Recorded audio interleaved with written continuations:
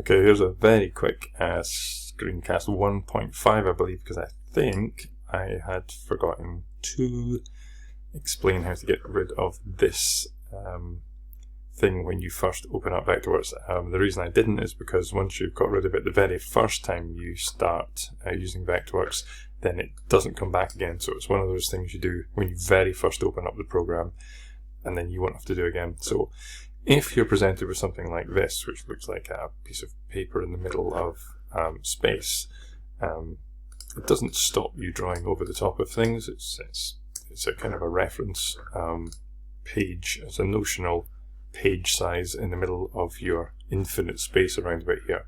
But because we don't need to see this at the moment the way that we're working, some people may work in a different way, but the way that we're working, we don't really need to see this, so I'll show you how to switch it off. So the first thing to do is to go to File, Page Setup, and you'll see here Show Page Boundary.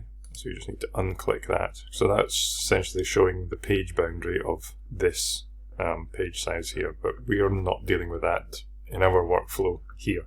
We're dealing with that on the sheet layer.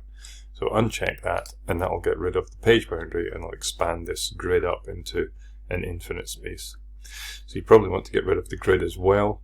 So double clicking on the grid snapping tool there, grid options here, and what we've got down here is show grid. So I don't want to see the grid. I think it was 1,000. I can't remember what the grid I asked you to do in the next tutorial is. You can set it there, but if you unshow the grid there, then it means it will vanish, and that should be enough to get you started. You've now got infinite space with as long as the grid's switched off, then no constrictions with what or where you draw. Okay, hopefully that helps. I think so. This is Screencast 1.5, I think. Apologies for that.